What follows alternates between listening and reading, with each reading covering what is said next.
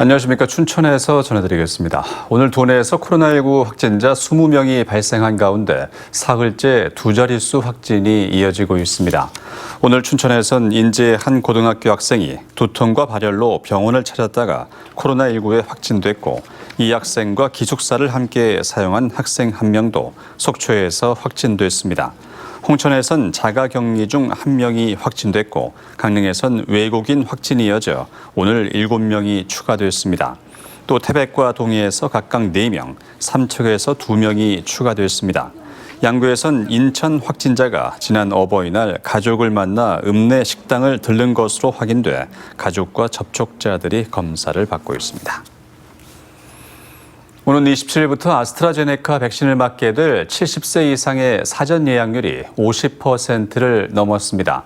강원도에 따르면 70세에서 74세까지의 예약률은 52.8%, 65세에서 69세까지는 40.1%로 모두 전국 평균보다 1%포인트 정도 높습니다. 오늘부터는 60세에서 64세까지 대상이 확대돼 다음 달 3일까지 예약이 진행됩니다. 내일부터는 지난 2월 첫 접종을 받은 도내 65세 미만 요양병원, 요양시설 종사자와 입원 입소자 등 16,000명에 대한 2차 접종이 진행됩니다.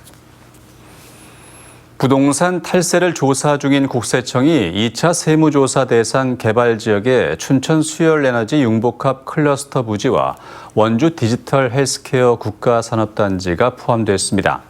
국세청 개발지역 부동산 탈세 특별조사단은 춘천과 원주를 포함해 대규모 택지와 산업단지 개발지역 44곳에 대한 2차 세무조사에 착수했다고 밝혔습니다. 조사 대상은 취득자금을 편법 증여받거나 사업체 소득을 누락한 사람이나 법인, 기획부동산과 중개업자 등 289명입니다. 부동산 투기 혐의를 받고 있는 전 양구 군수가 오늘 구속 전 피의자 신문을 받았습니다.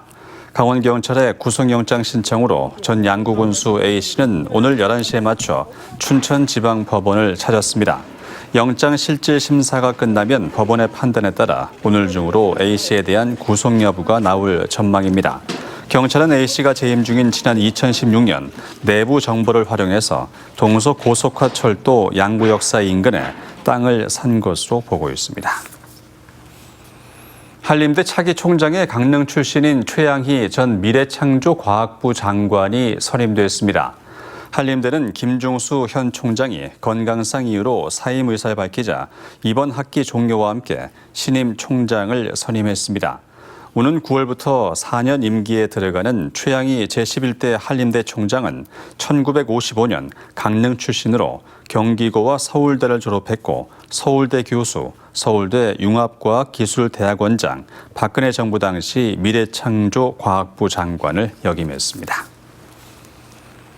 강원도가 접경지역 시설 현대화 사업에 올해 200억 원을 투입해서 모두 1,000개 업소를 지원합니다. 사업 대상은 외식 숙박업소와 문화체육 관련 업소 등 소상공인이 운영하는 다중이용업소로 올해는 재해 소상공인과 코로나19 확진자를 우선 지원합니다. 강원도는 메뉴 개발과 경영 진단, 홍보 등 업소별 사전 진단을 통한 전략을 수립해서 접경 지역 대표 음식 브랜드화도 추진합니다. 지금까지 춘천이었습니다.